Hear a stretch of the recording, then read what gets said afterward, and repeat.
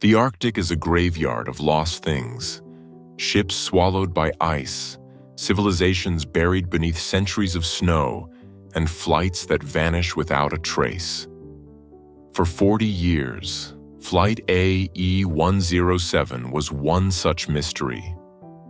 A passenger plane that disappeared on Christmas Eve, 1976, leaving behind only whispers of what might have happened. No wreckage, no distress signal, just a haunting absence.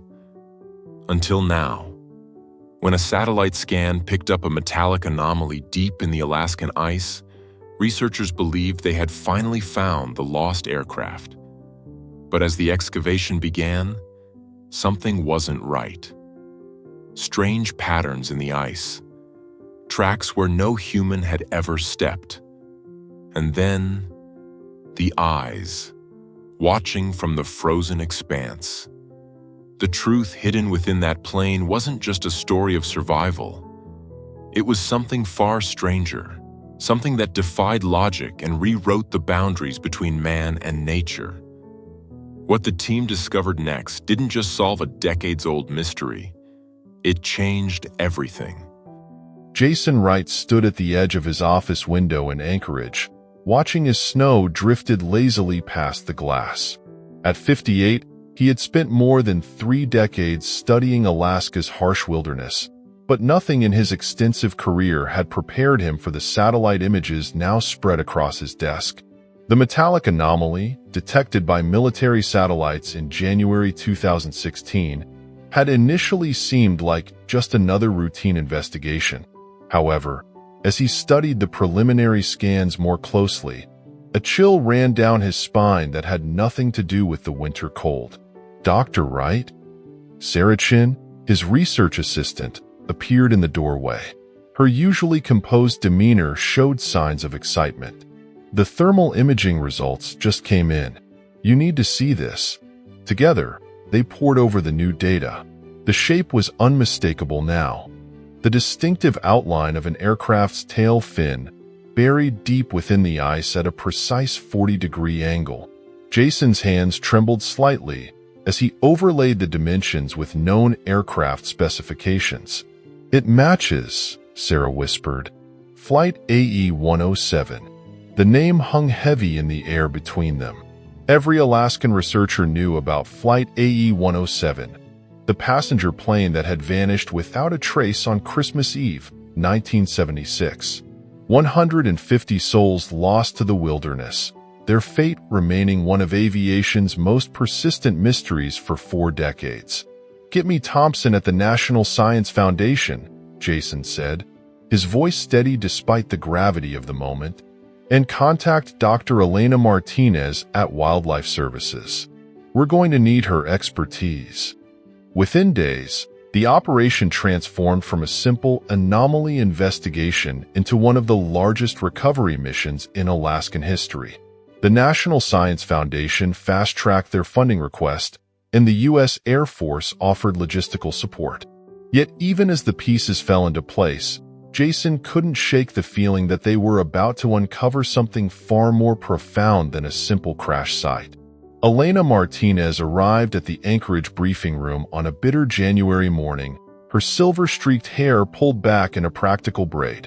At 62, she was one of the world's leading experts on Alaskan wildlife behavior, with a particular focus on large predators. The room was already packed with specialists, glaciologists, aviation experts, forensic archaeologists, and survival specialists. The site is approximately 180 miles northeast of Anchorage, Jason explained, pointing to a topographical map. "We're looking at temperatures averaging minus 42 degrees Celsius and wind speeds up to 18 meters per second. This won't be easy." Elena studied the satellite imagery with particular interest. "The ice field's topology is unusual," she noted. "These patterns here," she traced a series of irregular lines with her finger, "they don't follow typical glacial movement." "What are you thinking?" Jason asked. "I'm not sure yet," Elena replied thoughtfully. "But in my experience, when nature deviates from the expected, there's usually a reason. The team spent the next week preparing for deployment. 84 tons of specialized equipment were assembled: thermal drilling units, ground-penetrating radar, mobile laboratory facilities, and enough supplies to sustain a 30-person team for 2 months. Among the crew was Tom Harrison, a seasoned ice pilot who had flown search and rescue missions in Alaska for 25 years. "I remember when 107 went down," Tom shared during one of the planning sessions. "I was just a kid, but my dad was part of the original search team. He never got over not finding them. Said the weather that Christmas was the worst he'd ever seen." The convoy set out in early February, a procession of heavy-duty vehicles crawling across the frozen landscape. Elena rode in the lead vehicle with Jason, her eyes constantly scanning the horizon. Something about the terrain nagged at her scientific instincts: the way the snow drifted, the unusual patterns in the ice formations. "Stop!" she called out suddenly, causing Jason to signal a halt to the convoy. She pointed to a seemingly random patch of snow. "See how the surface texture changes? There's a reason animals aren't crossing this section." Further investigation revealed a dangerous ice cavity that could have swallowed one of their vehicles whole. Elena's observation had likely saved lives and equipment, but it also raised questions. How had she spotted it so quickly? "Years of studying predator behavior," she explained with a slight smile. "They leave clues if you know how to read them." The team established base camp within 18 hours, a small city of reinforced tents and portable structures designed to withstand the brutal Arctic conditions. The wreckage site lay less than a kilometer away, its presence marked by the barely visible tip of the tail fin protruding from the ice. It was during the initial survey that they first noticed the bobcat. The animal's presence was unusual enough. While bobcats weren't unknown in Alaska, they typically stayed in more forested regions. This one, a large female accompanied by 2 nearly grown cubs, seemed completely at ease in the exposed ice field. "Remarkable," Elena murmured, observing through binoculars. "They're perfectly adapted to these conditions. Look at the size of those paws, much larger than typical bobcat prints." The animals maintained a consistent distance from the camp, neither approaching nor fleeing. More striking was their behavior around the crash site. The mother bobcat would pace certain areas with deliberate care, her cubs following precisely in her footsteps. "They're avoiding the weak spots in the ice," Elena realized. But this goes beyond normal predator awareness. It's almost as if... She didn't complete the thought, but she didn't need to. The entire team had noticed how the bobcat's movements seemed to map out safe passages through the treacherous terrain. The actual recovery operation was painstaking work. Engineers deployed thermal elements with surgical precision, careful not to disturb the delicate balance of the ice structure. Every step was calculated, every movement measured. The bobcats remained constant observers, their presence becoming so familiar that the team began to refer to them as the guides. When they finally breached the fuselage, the scene inside stopped everyone in their tracks. The cabin was perfectly preserved, a haunting time capsule of that Christmas Eve in 1976. Magazines lay open on seat-back trays, their pages frozen in mid-turn. A flight attendant serving carts stood in the aisle, coffee cups still arranged on top, their contents transformed into small cylindrical blocks of ice. But it was the personal effects that struck the deepest emotional chords. A child's doll with carefully braided yarn hair, a wallet containing photos of smiling families, letters written but never sent. Each item told a story, each possession represented a life interrupted. In the cockpit, they found the captain's logbook, its final entry a terse description of multiple engine failures and deteriorating weather conditions. More revealing was a flight attendant's diary, recovered from a storage compartment. The entries, spanning 18 days after the crash, painted a picture of incredible courage and heartbreaking reality. December 25, 1976. Dawn. If you can call this light dawn. 22 survivors out of 150. The impact was devastating, but the real killer was the cold. So many died in their sleep that first night. We've gathered in the first-class cabin. It's more intact, easier to heat. Captain Matthews is organizing us, rationing the emergency supplies. Julie, the other surviving flight attendant, keeps trying to make people comfortable. How do you comfort people who've lost everything on Christmas Day, December 27th, 1976? The radio isn't working. No sign of rescue. Captain Matthews says we're at least 100 miles off our last reported position. The storm that brought us down was unlike anything he'd ever seen. It threw all the instruments off. We can hear animals outside sometimes. Strange sounds. Not wolves. Something else. December 30th, 1976. Down to 19 now. The cold is unbearable. Julie noticed something odd today. There are tracks in the snow around the plane, but they seem to be keeping other predators away.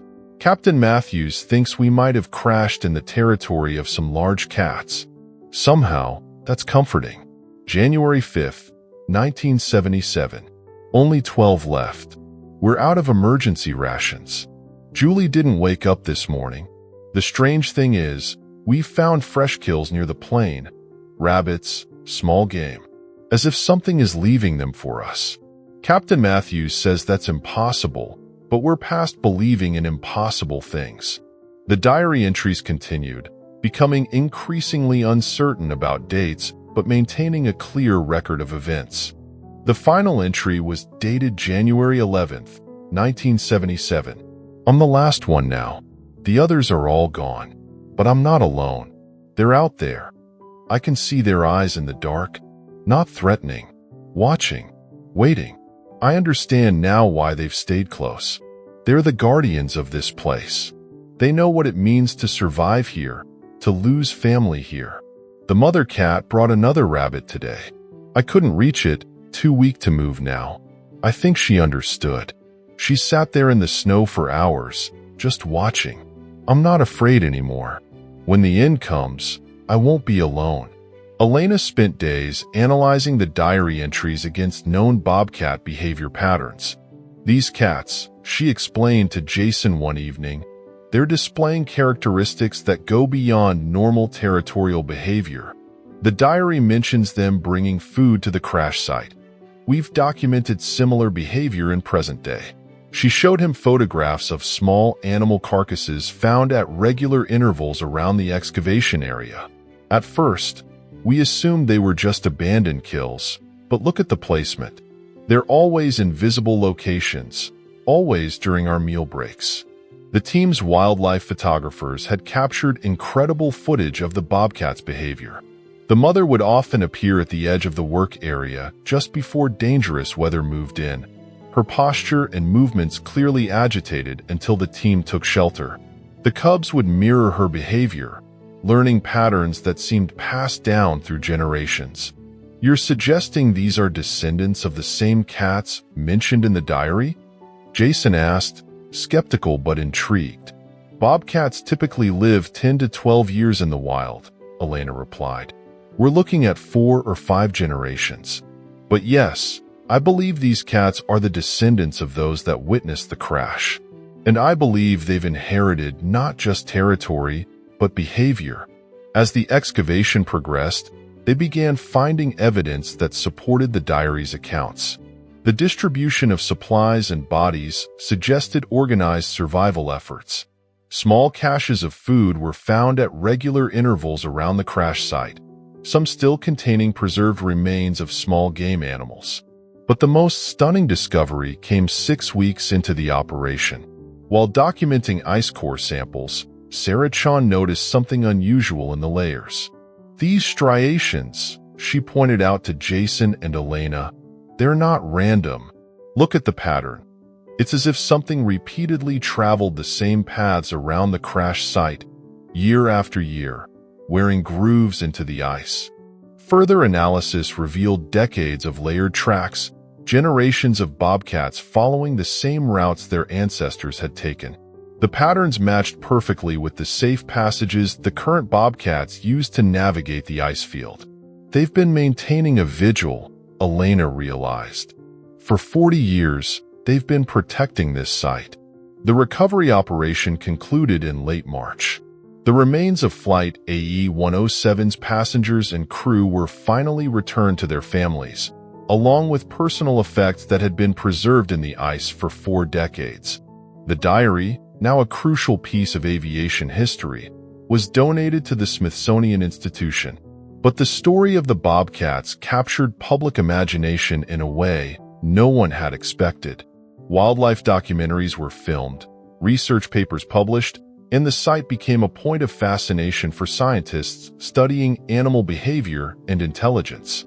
Elena Martinez devoted her remaining career to studying the phenomenon. She established a research station near the crash site, documenting the bobcats' continued presence and behavior. The mother and cubs remained, even after the excavation equipment was removed, maintaining their ancestral patterns. 5 years after the discovery, Elena sat in her small research station, watching the newest generation of cubs learning the same paths their ancestors had walked. The mother bobcat, now graying around her muzzle, still made her daily rounds, still brought small offerings to the memorial that had been erected at the site. Jason Wright, now semi-retired, had joined her for the anniversary of the recovery. Together, they watched the sunset paint the ice in shades of pink and gold. "You know what I think?" Elena said softly. "I think that first mother bobcat recognized something in those survivors, not just as prey or predators, but as living beings struggling to survive in a harsh world. And somehow, she passed that recognition down through generations." Jason nodded. "An inheritance of compassion." "More than that," Elena replied. "A reminder that even in our darkest moments, we're not alone." Those passengers spent their last days watching these magnificent creatures, drawing comfort from their presence. And for 40 years, these cats have kept their vigil, protecting the site, marking the safe passages, leaving their offerings. As if on cue, the mother bobcat appeared at the edge of their view, her cubs tumbling behind her in the snow. She paused, meeting Elena's gaze with that same inscrutable expression that had captivated researchers for years. "Some might call it anthropomorphizing," Jason mused, "seeing human qualities in animal behavior." "Or maybe," Elena suggested, "we're finally recognizing that compassion isn't exclusively human, that in this harsh, beautiful wilderness, all living things are connected by something deeper than science can fully explain." The bobcat led her cubs along one of their ancestral paths, their paws falling into grooves worn by generations before them. As they disappeared into the gathering dusk, their forms briefly silhouetted against the Arctic sky, Elena thought about the final words in the flight attendant's diary. "I'm not afraid anymore. When the end comes, I won't be alone." In the years that followed, the story of Flight AE-107 and its feline guardians became more than just a tale of tragedy and survival.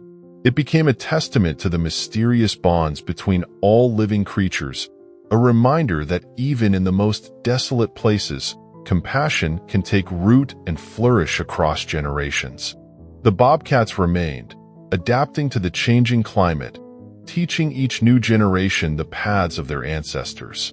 And on quiet evenings, when the aurora borealis danced across the sky, they could still be seen making their rounds, eternal guardians of a place where the boundaries between human and animal, between tragedy and hope, had blurred and transformed into something extraordinary. Scientists continue to study the site and its unique inhabitants, but some mysteries remain unexplained.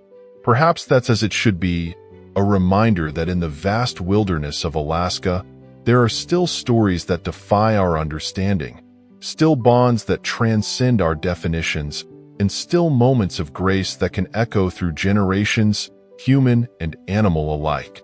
Today, a small plaque stands at the crash site, commemorating not only the passengers and crew of Flight AE-107, but also the remarkable creatures that have watched over them for nearly half a century.